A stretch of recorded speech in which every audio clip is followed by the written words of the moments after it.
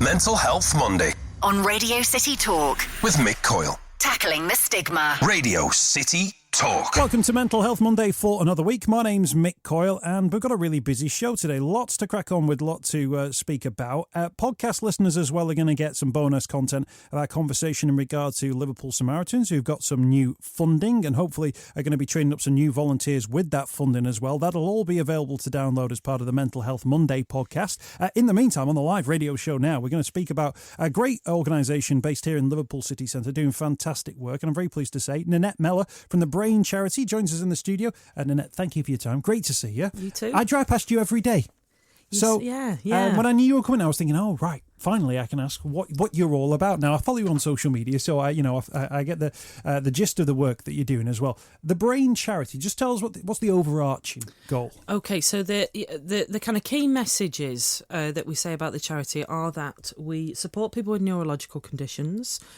So that's essentially anything that goes wrong with the brain. So that can be things like brain injury, stroke, any of the dementias, any of the diseases, and then thousands and thousands of other sorts of different problems and conditions. So we support the whole range, and we support people in three different ways. So we help them emotionally.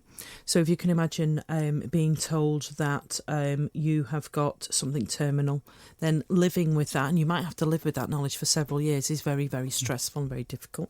So we help people emotionally. We help people practically. So if you think about an individual that was perhaps a driver, taxi driver, bus driver, and they've had a stroke and they can't drive anymore, then they're going to lose their job. Likelihood is they might lose their house. Likelihood is their family might fall apart after that. So we help people practically as well. So everything from employment to welfare benefits, dealing with day-to-day issues, and we help people socially. So the other big key factor in the lives of our service users is social isolation and loneliness. A lot of people's confidence is really knocked. A lot of people struggle to get out, either because of transport issues or poverty, or because actually they don't want to face the world. They feel embarrassed. They feel unconfident in who they are. So we bring people together to have things like everything from sort of coffee mornings to craft clubs to film night, all sorts of things going on at the centre. So you're busy. Oh, yes. In terms of that, so the neurological conditions versus or the mental health conditions, do you find that the two often interact, if you like? Did you find yourself focusing on mental health maybe when you weren't anticipating it? Because, you think about the science around what we know about sort of the brain and its capacities and so on. There are world leaders here in Liverpool, but the mental health thing is a different way of looking at it. It is, and it's changing all the time, and it's a brilliant question because the idea that something is in the mind rather than the brain is something that's being debated at the moment. There's some really interesting groundbreaking research that's coming out now. Because we can map the brain in a way that we couldn't previously, we can start to see differences in the structures in people, say, for instance, with schizophrenia. So we know there are structural differences in those people's brains that have schizophrenia and OCD, for instance. So those kind of conditions are always classed as mental health conditions, but I think in the future will be classed as neurological conditions, or maybe there'll be a whole new category that we come up with. But there is a massive crossover. Huge amounts of our service users have anxiety. Of course, they have depression. So it's really fluid, and I think we're quite open and fluid about who we say can be a service user and who can't because of that reason. Well, I was going to say, people were to come and knock on your door and say, I think I'm appropriate to become a service user. Is there a sort of, there's an assessment process that comes with that? What is that like? And then presumably you would point people in the right direction. Yeah, I mean, one of the things we are very, very good at is signposting. So I would say to anybody, if you're in doubt, then come and have the conversation, because worst case scenario is we find you the right place to go to. So if in doubt, just give us a ring or get in touch with us on email. Also, I would say to carers as well, we do help any carers in Liverpool and the wider area come to us and ask for help. We're contracted by the council to help carers as well. So they're carers of people with any condition, mental health, physical disability, substance misuse, the whole shebang. So, messages, come to us and ask. Just explain where you are. So you're behind where what used to be the Stagecoach. Yes, Coach National depot. Express. Yeah. We used National Express. Yeah, that's right, yeah. and that's how we used to describe it. But I can't say that anymore, can I? I used to say we're next to the National Express bus station. We're on Norton Street, not far from the big crossing there on London Road. So. But Google us, give us a ring, we'll give you directions. But we're about 5 minutes walk from Lime Street, right near the city centre, so dead easy to get hold of. Absolutely. In terms of the work that goes on inside the building on a day-to-day basis, is there an atypical day? Is there a typical day where different things are going on, different organisations are coming together, different sort of conversations are taking place? Yeah, I mean it's very, very wide ranging because we also offer rooms out for hire, so we have an awful lot of other charities that use the building. So we might have one day we've got an OCD support group, for instance. I think they come in once a month in the evenings. Brain tumour support group's been in there today. You might have craft club. I think is that on a Thursday, Jess? Tuesday. So yeah, craft club in there. We have a drop in, which is absolutely jam-packed every week now. Lots of people asking for help with things like welfare benefits and stuff like that. But we've got a public library upstairs full of information all about the brain and all the different conditions, and anyone can come in and have a look at that any day. Courses. So we've got basic maths, basic English, basic IT, confidence building courses. Yeah, it's busy place. So it's really interesting that, because what you just described there is essentially a community centre. Yes. You know, so it's not just about, right, let's talk about brains and science and... Yeah, it's not like that at all. No, and we are a community and we always talk about ourselves in that way. And a really big part of what we do is supported volunteering. So we're a team of about 100 and about 80 of those are volunteers. And most of our volunteers have a condition.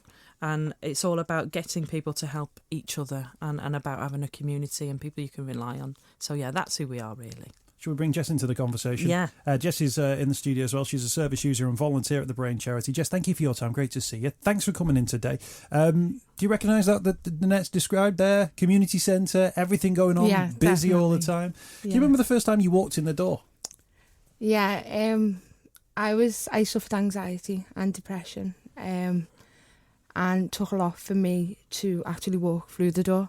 Nanette was the first person that I seen, which was great. But instantly walking through them doors, it's like a new life. It's not what you can't put into words unless you've experienced it yourself. It's like everyone talks to you, everyone's there for you. The support's unreal. I got given the opportunity to become a member of staff. I was going to say Jeff's actually a member of staff. Oh, right. Yeah, on the books. Yeah, through a programme, and that brought my confidence out. So within the Brain Charity, as being a member of staff, I've been offered so many opportunities of learning new skills, taking on new challenges. It's the support is unreal. It really is. I have conditions myself, which before today I never really spoke of, but I didn't know where the right place was to speak, obviously apart from your family and the doctors, etc. But coming to the Brain Charity, it's just you can speak to anyone. What was that like? Because often when we have these conversations, it's about trying to get people to speak for the first time or go and see organisations maybe for the first time. And you said that, before you'd step through the door, you didn't know what was coming, and the anxiety was there as well. What was it like when you stepped through the door and you saw Nanette and you had that first conversation? Well, I was petrified. With the anxiety, I felt myself having a panic attack walking up the street to the Brain Charity. But instantly, it was calm. It was welcoming. I mean, before you go through them doors, anyone else who suffers anxiety themselves will understand. It's like you imagine the worst case scenario. You think it's going to be, again, the worst thing that's going to happen. But I was instantly reassured by Nanette, and it was not what he expected. It wasn't, and I'd say for the first week of I was still panicking. It was learning something new, seeing new people each day, because there's not many activities that go on there. It's different days, different people. But now I look forward to going there. I look forward to going to work. I look forward to seeing the people that now are friends. And it's like I said, it's a new life beyond them doors. It's given me the confidence now to take my skills outside, so it's given me belief that, like, one of my worries was people judging me because of my confidence, and I had a lot of weight at the time, and been through a lot. But what the Brain Charity have done for me is reassured me that not everyone's like that. So it's given me the confidence to go out, to go speaking. I've done a bit of promoting in Liverpool One the other day, which I never thought I'd ever do. Never thought I could ever bring myself to actually stand there and confront someone, and just generally speaking in socially. But I've done it, and now it's gone from the anxiety to getting the boost of, I've done that, what can I do next? And that's what Nanette, amongst others, are giving me now, is the opportunity to then progress and do more for myself. What a great answer. I almost feel like we can go right here, find the Brain Charity. That sums it all up perfectly there, Jess. In terms of, what was there a moment where you thought, oh, right, I don't need to have the anxiety about being in here, or I can feel comfortable here? Was it instantly, or was there a period of time where you thought, oh, actually, it's all right here. They get me and I understand what they're about? Yeah, well, like I said, it took, I'd say, the best of a week. The anxiety never goes. Anxiety being this high up as well, so the anxiety never goes. But it was more, I wouldn't speak to anyone at first, which was hard for me, because it wasn't I was being ignorant of the time. I wasn't being that way. It was just, that was me at the time. But like I said, in there you get the opportunity where people are speaking to you and you want to respond. So then gradually it brings it out of you, where you feel like you've got the comfort of speaking to someone. But I'd say more or less it was after the week of, it was the anxiety of going to work I can't wait to go back. Sure. I can't wait to go back through there. Were there was it like one-to-one sessions? Was it group stuff you were doing? Was it just like the environment you were in? Was there anything in particular where you were thinking, oh, this is... The environment. The environment. Definitely. It doesn't matter if the staff, they're a volunteer, they're a service user. It's the welcoming that you get when you're in there. It's you can't put it into words. You instantly feel like it's like home. It is the best way to put it. It's like there's no one you can't stop, and even they come to me now for help, which I thought this was me a couple of months ago. I was then going to to Nanette and the other staff for help to help me be comfortable, but then now people are coming to me, so I'm getting that boost of I'm progressing. Now I want to help someone else who's been where I've been. I want to show them it's okay, and as low as you can feel, and I've been low, there's always a way up. It's just finding the right path. You touched on anxiety and confidence, self-confidence as well. Does one feed on, or in your case, did like one feed from the other, that it was low self-confidence led to the anxiety, or do you see the two things that were running together? What was the sort of impact on your life? Mine come from school years. So when I was at school, I was generally picked on because I had a lot of weight. At the time, so I was made out to feel different, even though it wasn't, and no one should ever feel different, no matter what. But automatically, when you've got a large crowd of people that do make you feel that way, for one, your confidence goes. For two, you've got anxiety, then starts to progress because you don't want to go to school. You're worried about where you're going to go and things like that. And then the depression comes in then, because you're looking at yourself and you're not seeing you're seeing this person they've made you out to be.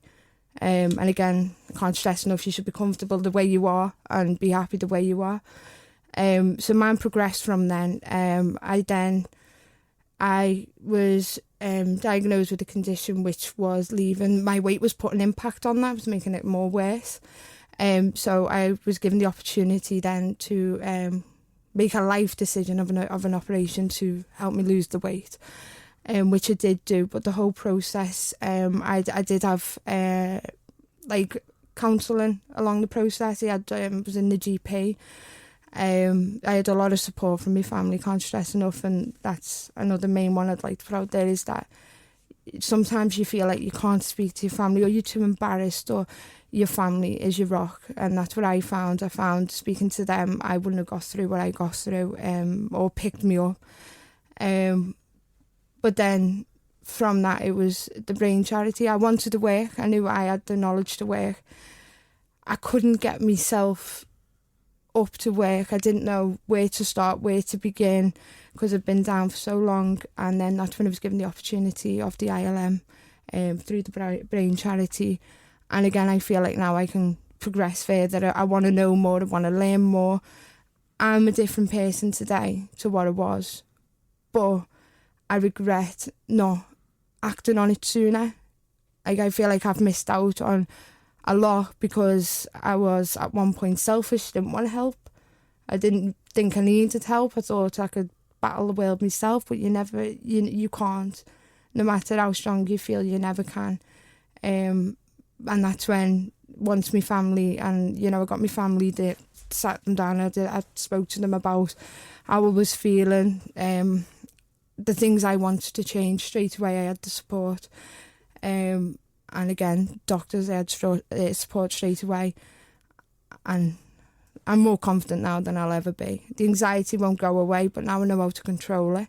I know not how to avoid it, because you can't avoid it, but I know instantly, right, that's not for me. But I look at another way round. So if I want to do something like the Liverpool one, promoting it, done do it last week for the Brain Charity, I really wanted to do that, but me anxiety side of things, I can't do that. There's no way I can do that. And before I knew it, it's like I want to help others. That's what I get. So I'm not doing this for me. I'm doing this for others. I want to make the Brain Charity. I wanted everyone to know about it, and me being there on that day, it would help someone else. It'll show them the right way to go. So it's sort of the thought of helping someone else pushes that anxiety aside. Like coming here today, I was nervous about that, but the thought that I could possibly help someone else be where I was, progress, it's helped me be. Let me tell you, you're excellent. Stick around. We'll continue the conversation. No. In terms of would it have been a referral then that Jess got to come and see you? And then do you have case notes? Do you have a file that would kind of go, well, this is the situation as it is, and then it's up to you guys to then do your thing to find the right way of making something work for Jess? I mean, anybody can come to us, anybody can refer to us, so there's no kind of boundaries, there's no barriers to anybody coming to see us. You can pick up the phone, you can walk through the door, you can pick up the phone on behalf of somebody else if you're an organisation, if you're the NHS, whoever, you can refer someone to us. It's very, very open. And when we meet somebody, essentially we will talk to them about what's going on in their life, and we'll see what we've got that fits, and if any of the services we've got fit, then we'll put them in place, and if they don't, then we'll do what we spoke about before, which is signposting. We will go out and we'll find the right place for them to go to. We get phone calls from all over the country, from people in Cornwall who are seeking out a wheelchair for their gran, right up to somebody in Edinburgh who needs some information about their very rare condition. It doesn't matter what you come to us for either. If we don't know the answer, if we haven't got the information there, and then we'll seek it out for you. So again, messages, just get in touch and we'll figure it out from there. We're discussing all matters Brain Charity today, the Brain Charity based in Liverpool City Centre. We've got Nanette Mellor in the studio, and Jess as well, who's a service user but also now works at the Brain Charity as well. They've got a health and wellbeing day to tell us about coming up on the 14th of May. Nanette, in terms of the work that you're doing through the Brain Charity as well, the Brain Charity seems like a general phrase, and we talked about the work that you do, focusing on 1,000,001 different things, but you get phone calls from all over the country. So do you see yourself as a national charity? Yeah, we are a national charity. A lot of the services that we provide, like the counselling, we can only do that face to face. So if you can get to us, it doesn't matter where you live, if you can get to us, you can have that service. But obviously that means that those kind of services are local. But the telephone helpline, the obviously the online advice, and the sort of the information and advice service we have, that's a national service. So people can contact us from anywhere, and we do get people contacting us from abroad as well. So places where it's difficult to get information about rare conditions, like America, India, Africa. America, of course, because you have to pay for it. We get inquiries from those types of places as well. Because if you're diagnosed with something very, very rare and you Google it, we're probably the charity that comes up, because we're the only one in the country that supports all of those conditions. So we are very unique. I'm born in Liverpool. What's it like? Sometimes if you go and see your doctor and you say, look, I looked this up and I think that it might be whatever. And the doctor kind of like tuts a little bit, rolls their eyes and kind of goes, well, don't worry about it, X, Y, Z. Do you mind if people come to you and sort of ask a million questions? Because, you know, particularly with cases like this where it's, you know, issues which maybe aren't within the public realm in terms of knowledge, there will be people who've got a million and one different questions, which might feel to them to be silly questions or stupid questions, or, you know, worried they're going to make themselves look daft when asking them. But presumably you've heard those questions many times over. I mean, you've picked up on quite a difficult subject, really, because a lot of our service users will wait a long time for a diagnosis because the brain is very, very mysterious and complex. And because there are a million and one things that can go wrong with it, a lot of people won't get a diagnosis for a very long time. And I think it's also kind of safe to say that a lot of GPs don't feel confident in diagnosing neurological conditions as well. So they definitely come to us. I would say as well, if you're going to your GP and actually you're pretty confident, you know, you've done a bit of research, you're pretty confident that actually it's X, and you feel like your GP is not listening to you, then that's a different ballgame. And come and speak to us about that, because we can help you with that as well.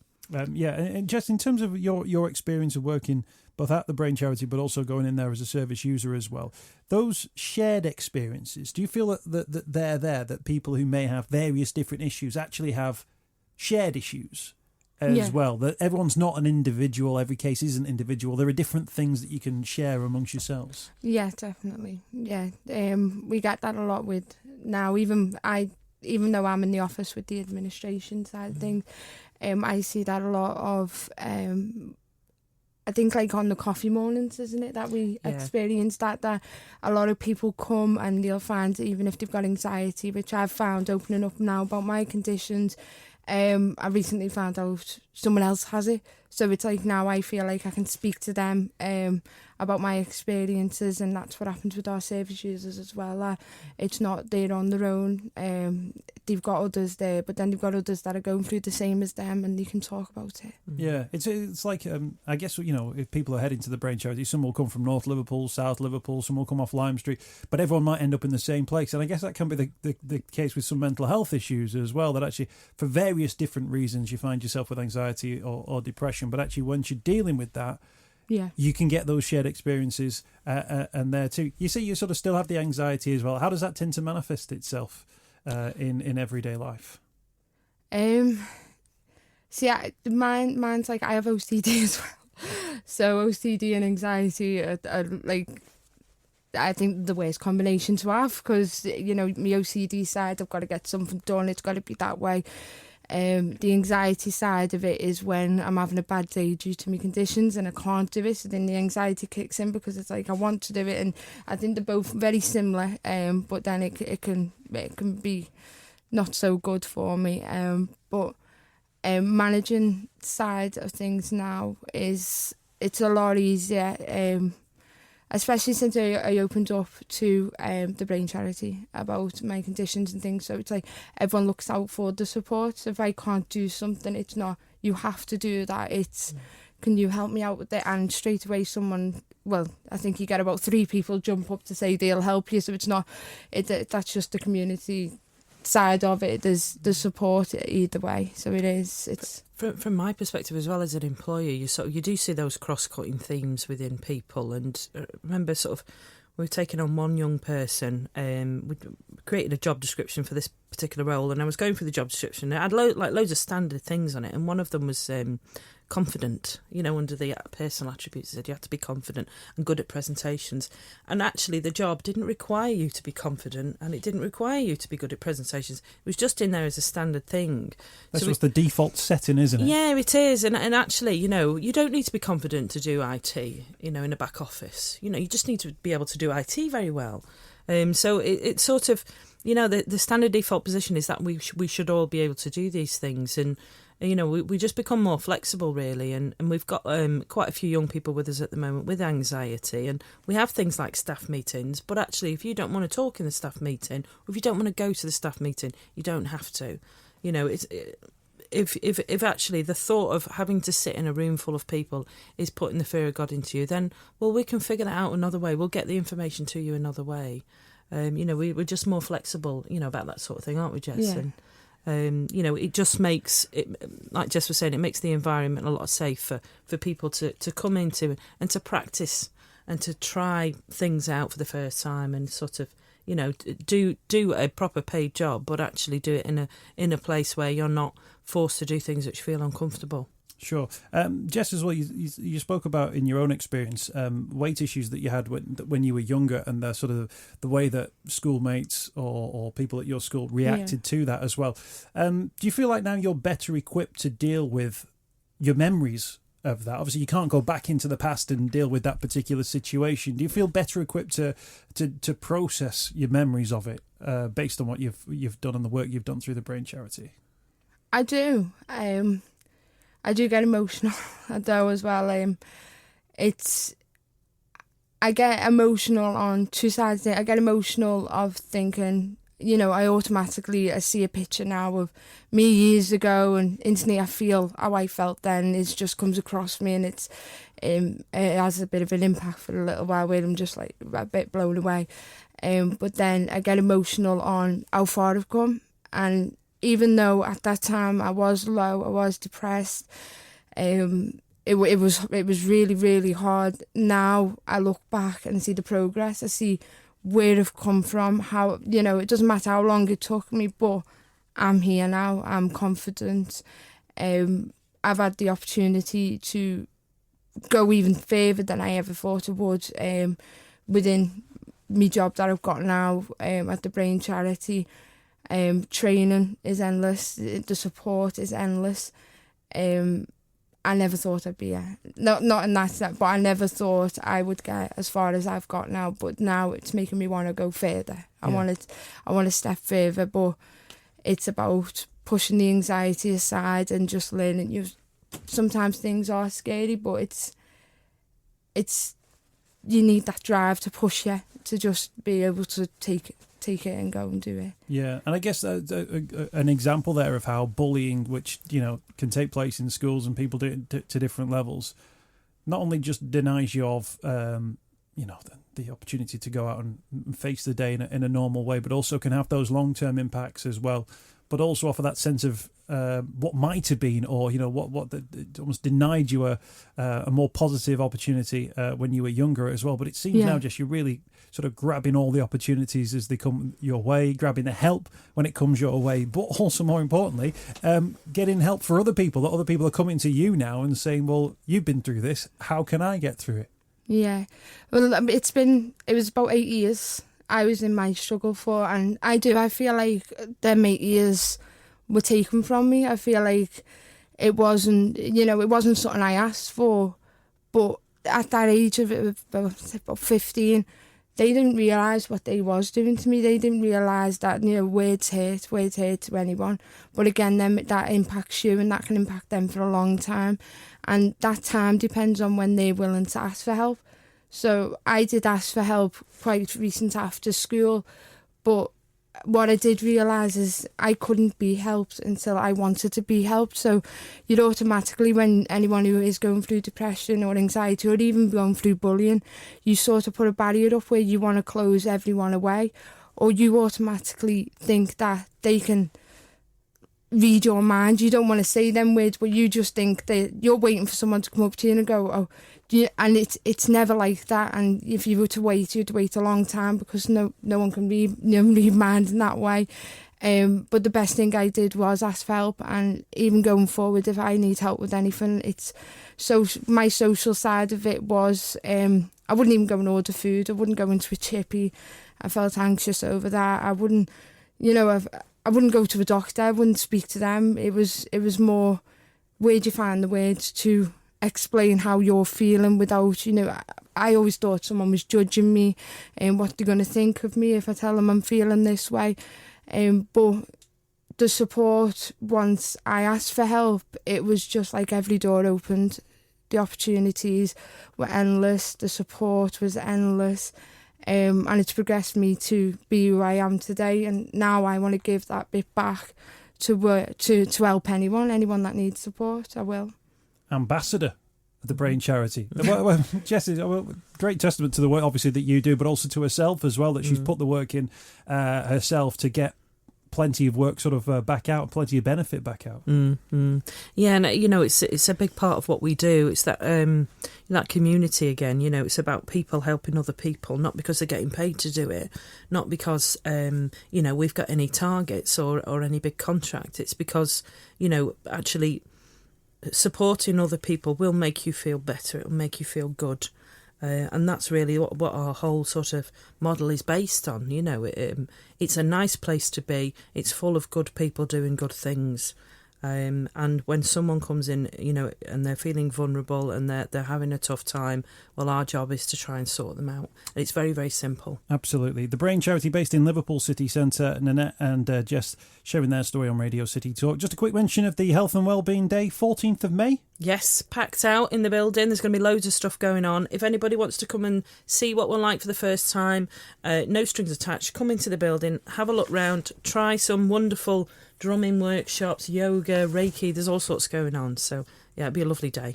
Check it out. It's literally a couple of minutes walk from Lime Street, both the station and the street itself. And it's next to where the National Express coach used to be. And there's that brick half tower that's next door to you. Yeah, and there'll soon be some massive high-rise blocks, student accommodation around us everywhere. It's the changing nature of Liverpool City Centre and the perils therein. Thank you both for your time. Really appreciate you joining us on Mental Health Monday on Radio City Talk.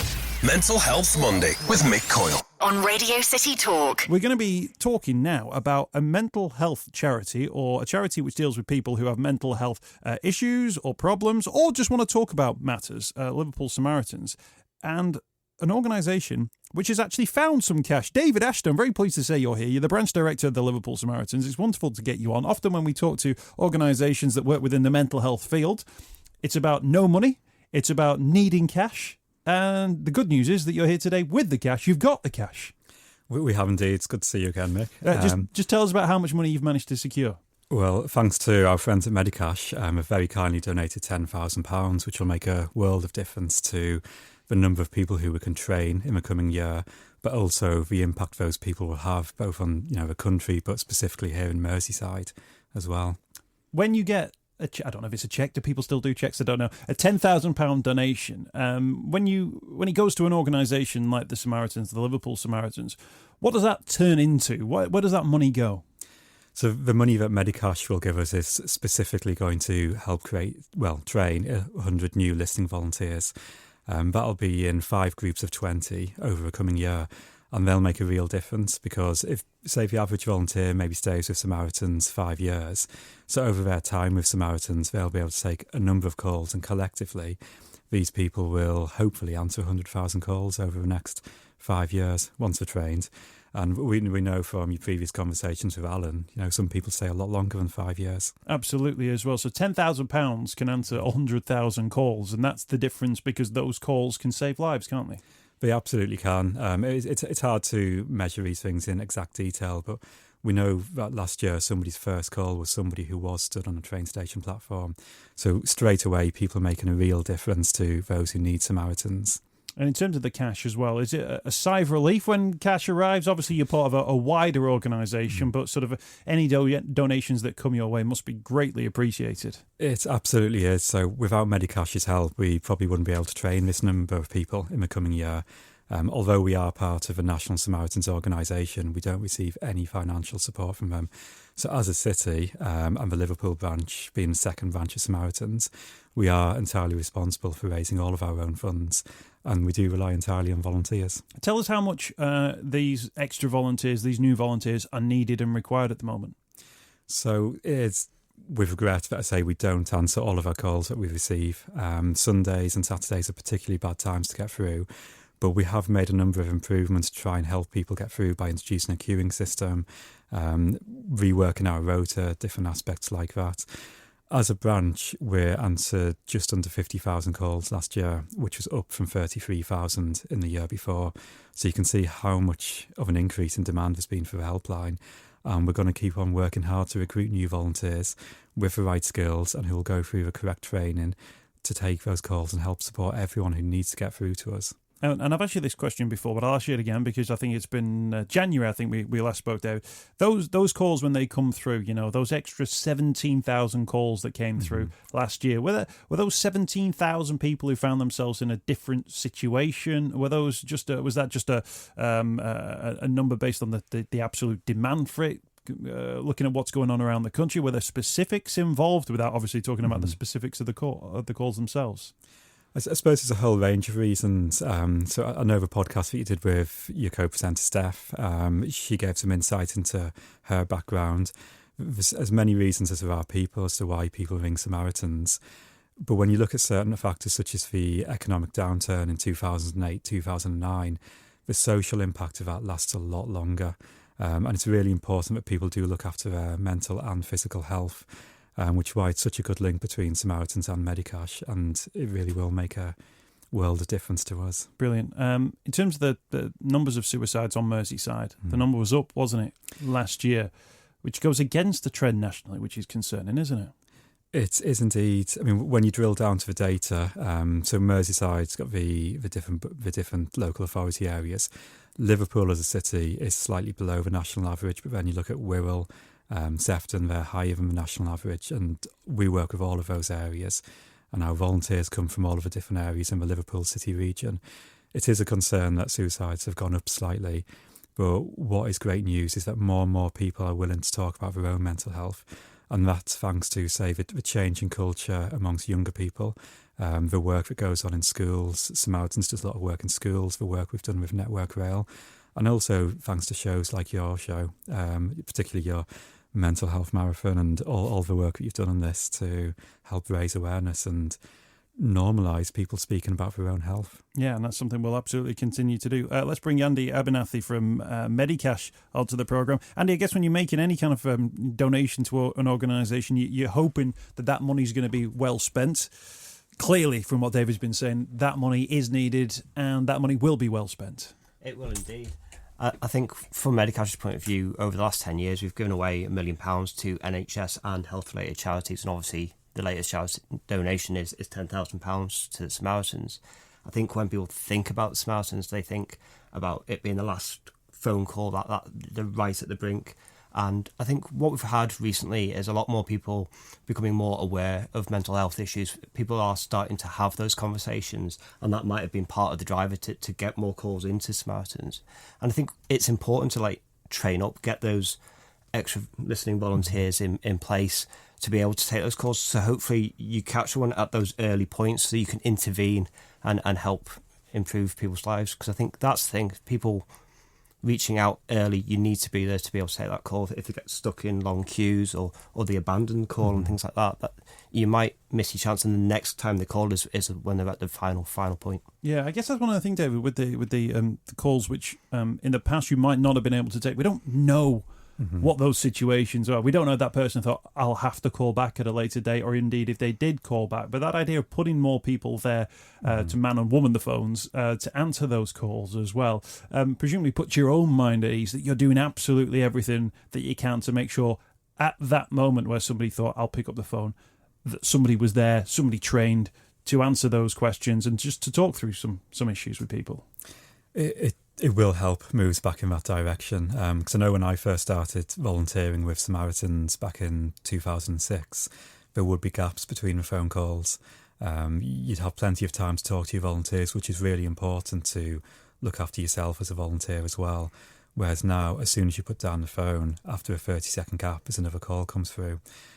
Because we do have a queuing system now, and it's just changed so much in the last 10 years, the huge increase in demand. The ideal place I'd like the Samaritans to get to is that everyone's call is answered first time.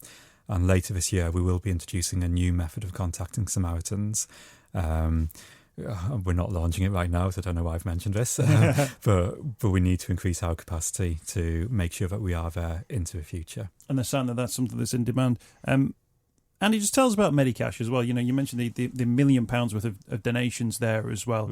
As David said there, people are talking more and more about mental health. In terms of the donations you make, do you make donations to all kinds of different sort of medical organisations? Are you finding now that those mental health organisations are coming to you and saying, if you're able to help us out, we require this amount of funding and we can turn it into this and it can make this amount of difference? Yeah, well, I think Medicash is a Liverpool-based health insurer. We do health cash plans. And we've actually been around in the city since 1871, so a long time. We started off with the voluntary hospitals and then sort of progressed when the NHS came along. That was when Alan joined the Samaritans, wasn't it?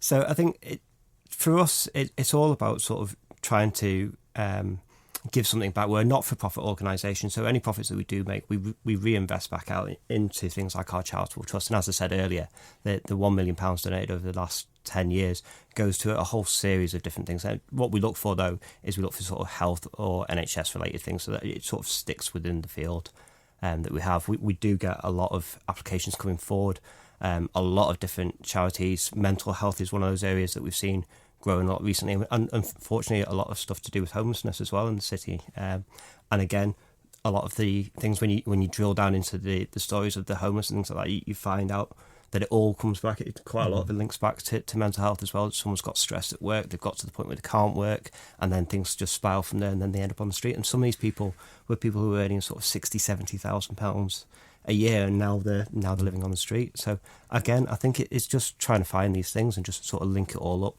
and get those early interventions in place. Yeah, it's all interlinked. So we've got Andy with us from Medicash, who have donated £10,000 to the Liverpool Samaritans. David Ashton is the branch director. Does that arrive now? I don't know if you're going to get nicer hobnobs than you would normally have, for your volunteers that are down there as well. But in terms of that money, does it make a real difference today? It does. We're just about to launch a new recruitment website. So from the middle of May, the process to become a Samaritans volunteer will be much easier administratively. So whilst maintaining quality, potential applicants will still be able to go straight onto the website, apply, book themselves into an interview, and then come in to meet us. So the trial of this has started, and we're meeting 5 potential new volunteers this evening. And hopefully it means we can start a new training group very soon. Excellent stuff. So it's all happening. If people want to volunteer with the Samaritans, the website samaritans.org/volunteer. Is that got information nationally that will eventually point people in the direction of Liverpool, or should people contact you through the Liverpool branch? People can go on the website now and can register to come along to an information evening. Our next one is the second Tuesday in May, and they can either register through the website or through Eventbrite. Also, people can give us a call on Liverpool 709 1100 if they'd like to find out more about volunteering. And as we all know, Samaritans is also 24 hours a day on 116 123. Samaritans number 116 123. If you want to get involved in the volunteering side of things, it's a Liverpool number 709 1100. That's right, isn't it? Thank you for your time, David. Really appreciate you joining us. Congratulations on getting hold of the cash, because we speak to so many different organisations on the programme and they're saying that we desperately need cash. We're looking for donations and everything in between. You're always looking to raise money though, aren't you? Always. And hopefully later this year we'll have a range of activities people can get involved in, say sponsored swimming, abseils. My heart did miss a beat when you talked about abseiling down here.